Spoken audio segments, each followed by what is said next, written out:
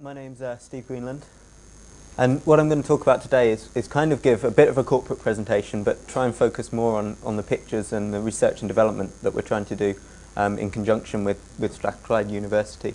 So I'll start off with a bit of an introduction about who Clyde Space are, and a bit about the technologies that we have, why we're interested in nanospacecraft, and whereabouts we want to head with that. And then to finish up, I'd just like to introduce you to two kind of projects which are close to my heart, which is the Strathclyde ground station, which actually kicked off when I was first at this AMSAT Colloquium 2 years ago, and I've been working on that ever since. And secondly, the UCube-1 CubeSat, which, although we can't talk very much about at the minute, was announced at Farnborough a week ago. So before I go into who Clyde Space are, who I am, I'm not actually an employee of Clyde Space, although I've worked there for most of my time. I'm employed by the University of Strathclyde as a knowledge transfer partner, which means that I try to encourage the students at Strathclyde to adopt kind of CubeSat-based MSc projects, and also try to get Clyde Space employees to come into the university to foster that relationship. And that's kind of culminated in UCube, which I'll talk about at the end. So Clyde Space was set up by the grinning chap on the left, Craig Clark. And he basically set up the company because he wanted to move back to Glasgow. He was getting sick of being down south. I'm the opposite. The first product was actually for Sunbandela-sat, if I pronounced that correctly, apologies if not. And that was some solar panels. That gave kind of Craig his big break. Then he started getting interested into modular products, and there was the CubeSats were starting to emerge as a viable platform, and so he produced a power system, which was where his background came from, and at the same time a modular power system for a Japanese spacecraft, which is where our paths first crossed, because I was working on the configuration of that satellite. When I joined the company in 2008, we started to look at how we could expand it to look at complete platform capability, and also to look at how we could use the same systems but create high reliability variants of them for some more demanding customers. Since then, we've gone through the ISO and quality processes, and we've also got our technicians and inspectors qualified to ESA standards. And in 2009, we had our first flight heritage from the CubeSat EPS. So 3 years roughly. So the company today is about 1.6 million pounds turnover, and there's about 20 of us.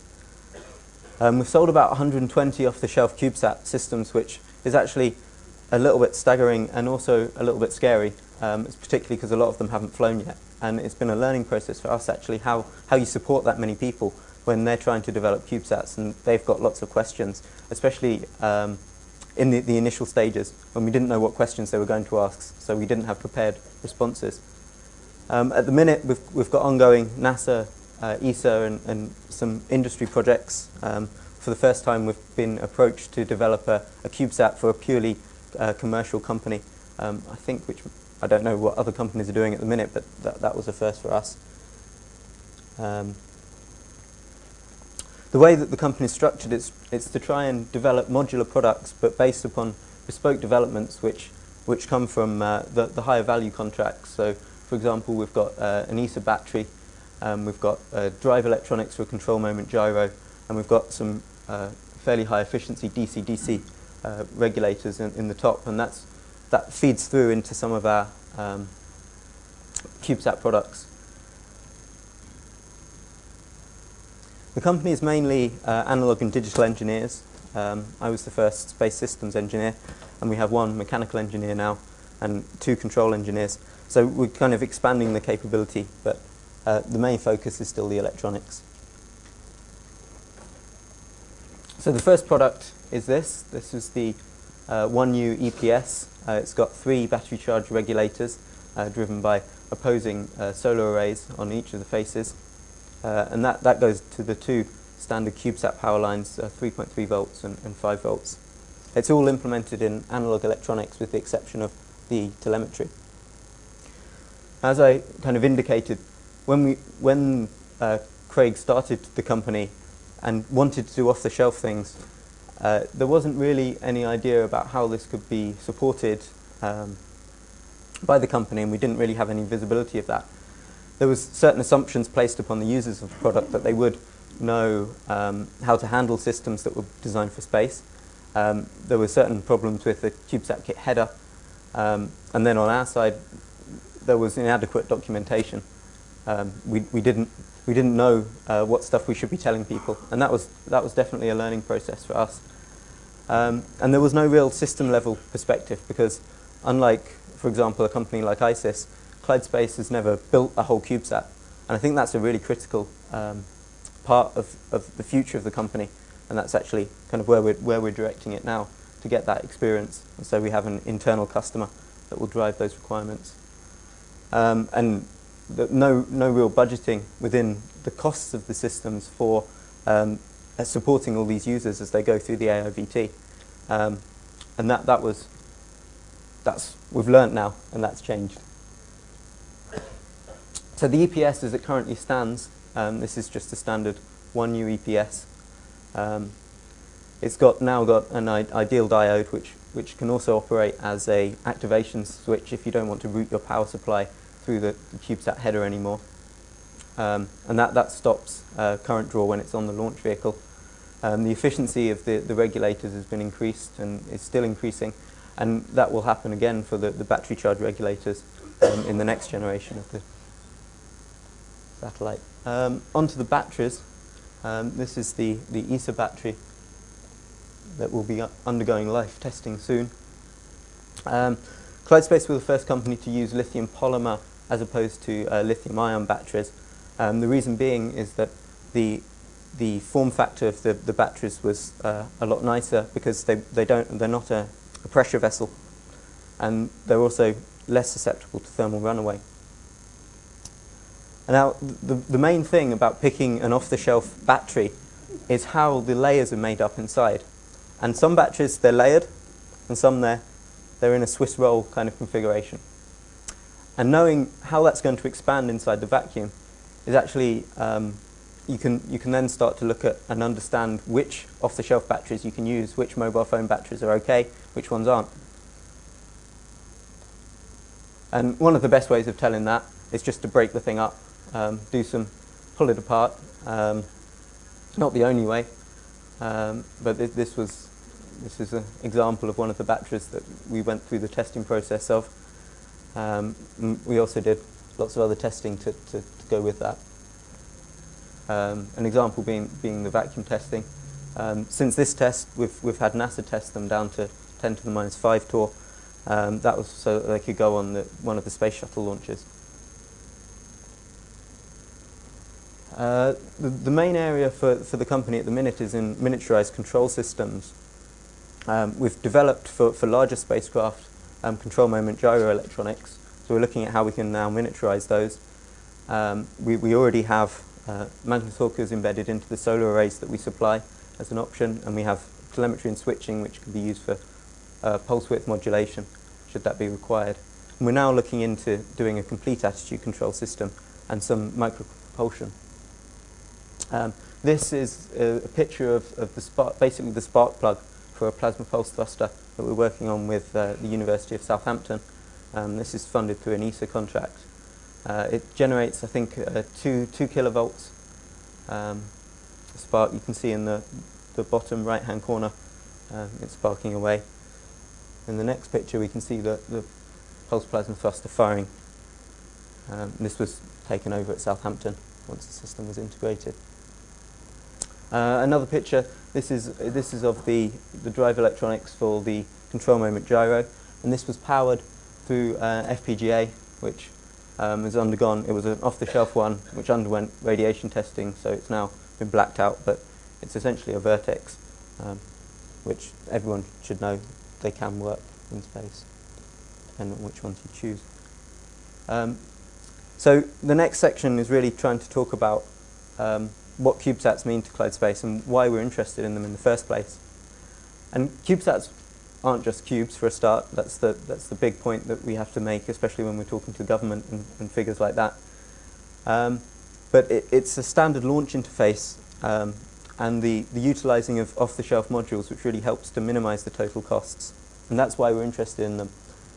We don't actually believe that CubeSats will remain as necessarily the leader in these things. We think that it's just one form of nanospacecraft, and it's one way of developing products which other people can use, and it provides a common language.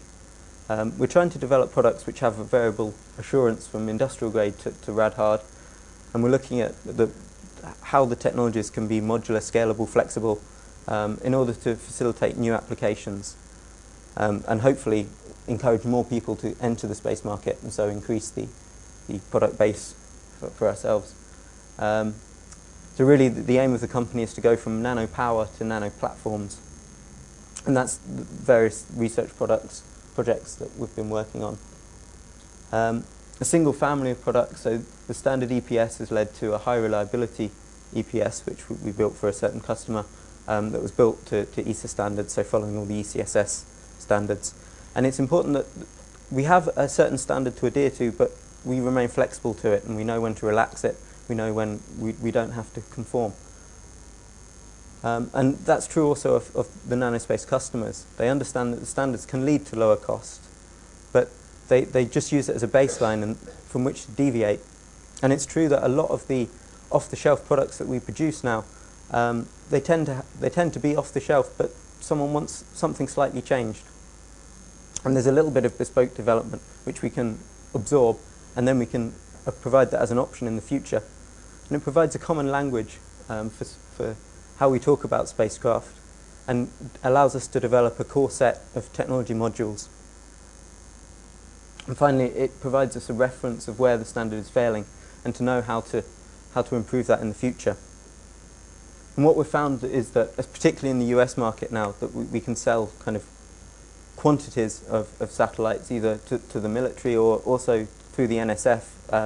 There's various groups which are developing CubeSats, and although they're not forced to all buy together, they work together, so the information's shared, and bulk purchases are not uncommon. Typical applications, we've been working on two AIS missions, one with ISIS and one with another company. We've been on the NSF, I think Santa Clara University is looking at gamma rays and lightning and looking at the link between them. Responsive communications, space weather constellations, technology demonstration, and the real area that I think will show more strength in the future is how these small satellites can actually support existing satellite infrastructure that's up there. Just a few other ideas: education and infrastructure, dedicated science in particular, especially the life sciences. There's a couple of projects that we have ongoing now to look at that.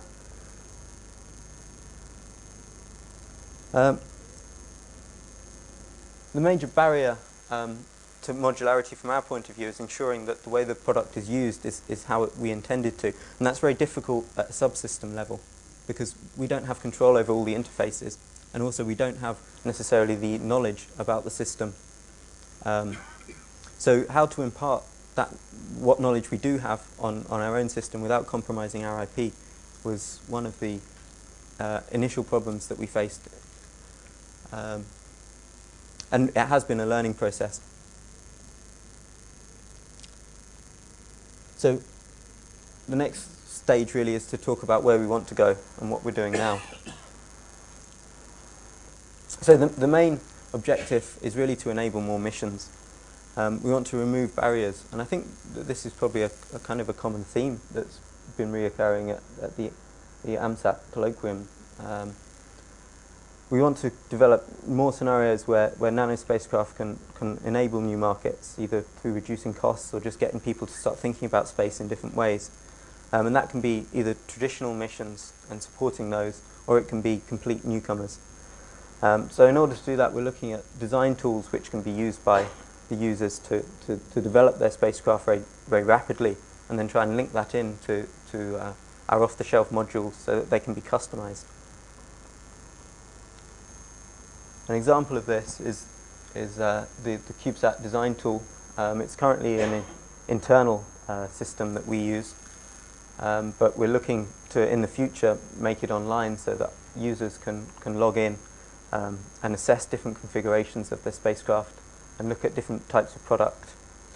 And to try and then tie that in with the future, which would be to look at different types of configurations and how that will impact on the system's design. For example, in this one, then we're looking at the configuration of the solar arrays, and that the configuration of the solar arrays and the orbit together will then define the maximum power input into the BCRs, and that will define how we wire up the BCRs within the EPS, which will define the maximum rating of the BCRs within the EPS. And basically, we can start to automate that whole process to make sure that the clients are getting exactly what they require. And when you start to look at that integrated with optimization techniques, and this is more on the Clyde University side, looking at how we can use genetic algorithms or evolutionary algorithms to optimize the power system. And that's based on a combination of cost and pointing requirements, and there can be various other attributes added to that. So we can see in the first kind of power sphere where the pointing is weighted kind of fairly evenly distributed around the spacecraft, and so the power system is developed is trying to match that, whereas in other missions then you might have more knowledge about your pointing or know that you're going to be for payload reasons to be pointing a particular direction, and so you have a different array configuration, and being able to design that and integrate that with the design tool will then be critical in allowing users to, without so much space knowledge, to develop their own CubeSats. So in the future what we'd like to do, we'd like to make it online for everyone to use. We'd like to link it into a shopping basket so that people can then go straight to buy things should they choose to. We'd like to allow a user interaction with the optimizer so that a direct evolutionary algorithm won't work, because you don't know your requirements until you start doing the design. And so having some iteration between yourself and the optimizer is required. This could then lead into producing standard documents for potential users to provide the basic specifications of the systems as they're going to use them, and this would then be linked into the mission campaigns. Another area that we're looking at is in the payload interface requirements. Assuming that we do develop platforms and we do gain that capability, how do we then impart that information onto potential payload developers? What we'd like to do is develop an interface emulator which would allow the platform payload interface to be recreated, which we could then pass over to payload developers, and they could use that to validate their own systems before it was ever integrated into a spacecraft. And an example of this pack has been produced for Astrium, which we've worked on with the University of Strathclyde again. So on to the bits of the talk that I feel a bit more comfortable with, because I'm involved with them more. The first was the Strathclyde ground station. We started this 2 years ago when I joined the university, and we decided that in order to get students interested in developing spacecraft and working on these things, the first step would be to build a ground station. So one of the first things I did was actually come to this AMSAT Colloquium, and I spoke to John over there, and he gave me some hints, and he talked to me about the ISU ground station, and so we decided that that would be the way forward. And it did take time. We had a site planned out almost straight away. We managed to gain some funding. We got the students interested. Everything was going really well. And then the unholy trinity of safety services, estates management, and local planning came into play. Safety services, everything was a risk. Estates management, everything had a cost. And local planning, we just didn't understand. And those three things really made the project drag. We persevered, and the students did a fantastic job. A lot of them were expecting to do more engineering and ended up doing management, although we always found ways of of kind of combining that with perhaps a simulation of a control, of how to control the antennas. We got the interest of the Paisley radio amateurs, which I'll be eternally grateful for teaching us as much as they did about radio. And now we're in the stages of we're forming a society this coming academic year, which will use the ground station and will then hopefully lead on to the Strathclyde CubeSat project. So for me, it's been a really positive experience developing that. This was the photo that I thought I was going to have to show about a month ago, because the antenna was still under quarantine from safety services. We weren't allowed up onto the roof. It had been this way for about a year, and we were getting grief from the guys who wanted to use the workshop after us that it was still there. But it did provide a lot of time for us to calibration and to learn a lot about the system. But victory. It is on the roof. There's no cables attached at this time because we're not allowed to drill the holes at the minute. But it is on the roof, and we have done some preliminary tests, and it does still work. So we've got somewhere. And following on from that, we've got various other projects looking at the antennas that were going to go onto the CubeSat from the other side. This is a project which has just culminated in a rapid prototype of a complete deployable system which deploys both the solar arrays and the antennas, and they deploy in opposite directions to try and to create a zero torque on the system. So in terms of the company, this is probably coming in slightly late. Off-the-shelf and bespoke developments should be and can be symbiotic, and that's really how the company operates. For low cost, there has to be some understanding between the supplier and the customer, and that comes from both sides. We were surprised when a major company well, not a major company, but a company in the US who were heavily involved in CubeSats, they bought a lot of our products. We were having lots of problems with them, and our systems were blowing up, essentially. And we sent out our engineers. First of all, they came over, and we showed them that there was no problems with our systems, and then they went back, and they blew up again. So we sent one of our engineers, and the problem was that there was no ESD protection. They weren't wearing anything, and there was a nylon kind of carpet, and they were charging themselves up and then touching our stuff. And we didn't have that in the user manual to start with. We didn't say you need to use ESD protection. We just assumed that people would know. And those kind of things. And some developers have been really helpful in providing feedback to us, and then we can learn and improve that. So if you do have feedback, please do send it, and I'll try and bash some heads. I'm not always involved in that kind of thing anymore, but that was the main aim. The next step, at subsystem level, off-the-shelf products will always be used in ways that you don't really anticipate. And again, that comes down to making sure you document everything, making sure that your interfaces are heavily controlled, but you just can't control everything because it's a system level decision often. So we're not there yet, but that's where we want to go. The final thing that I'd like to talk about is just UCube 1. And I can't really say very much about this because the dust is still kind of settling from the announcements that were made last week. This is a render of the current iteration of the design. It's for a 3U CubeSat. Basically, the idea would be that universities contribute payloads, and these are all integrated. Normally for the first mission, for the pilot, this will be done by Clyde Space with the University of Strathclyde, but in the future that will again be open to tender, so anyone could do it with an interest. And what the UK Space Agency has agreed to do is to sponsor the launch. So we have the launch of a 3U UCube CubeSat. Normally that was going to be in Q2 2011, but based on the way the UK Space Agency is not assigning a project manager or allowing release of any information at the minute, it means that I think that Q4 2011 is the earliest that it will be ready. It's basically the result of a lot of time spent within Astrium and Clyde Space in proposing this and refining it so that it met the UK Space Agency requirements, with a lot of input from the CubeSat research network. The platform will be provided by Clyde Space.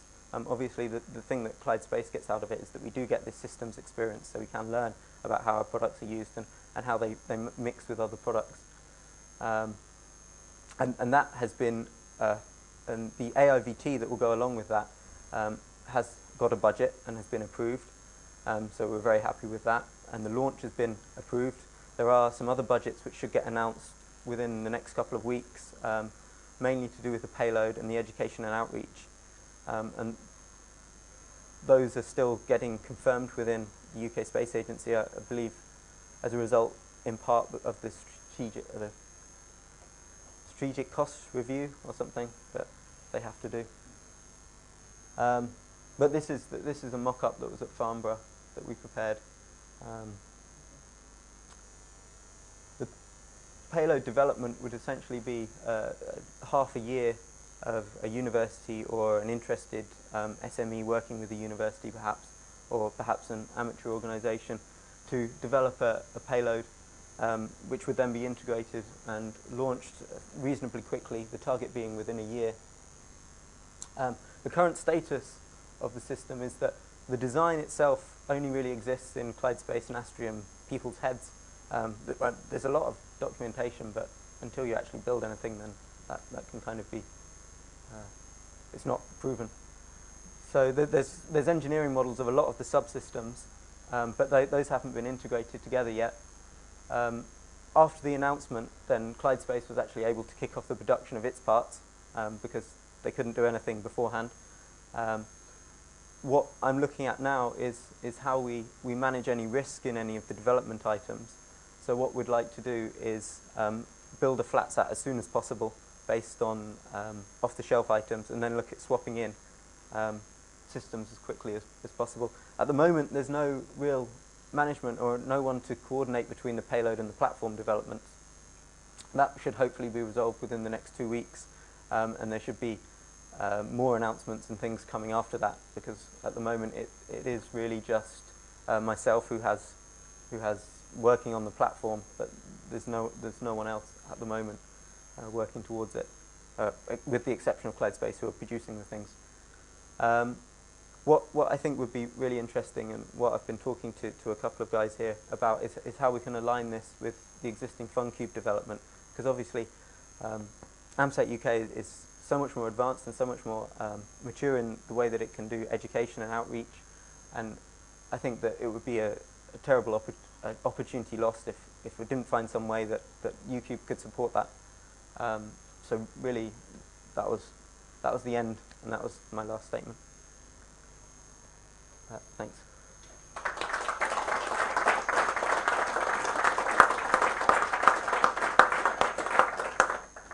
Right, thank you. Packed a lot into that short period of time. Have you got any questions at all? Yes. Are there any plans on using the YouTube one development to further develop or implement your system design tools you mentioned earlier? We have just been given funding for the design tools through SPERC. So providing I can get the funding in place to get it's a PhD student, then yeah, that would be fantastic. We'll see how that progresses, but yeah, that would be the ultimate intention. Is the funding from the government, do you get any help from government? The funding is a bit of a mess, to be honest, just because of the sheer number of government institutions that get involved. So you have the BIS, TSB, STFC, BNSC, and the new one, UKSA.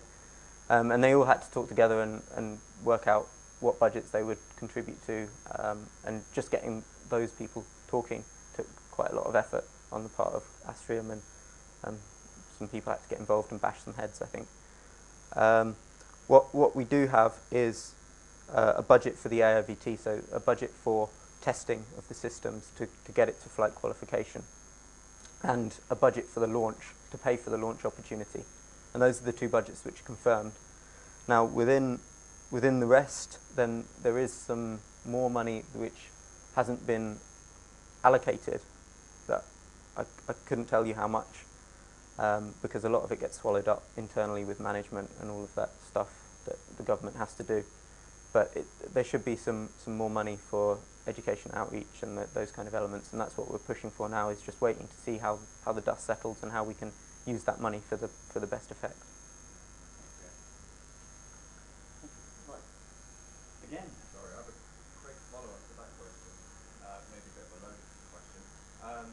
Wasn't the point of using SA to try and alleviate some of those crazy funding backwards and forwards? Yeah. So this started before the UKSA was formed, and hopefully in the future that will be the case. But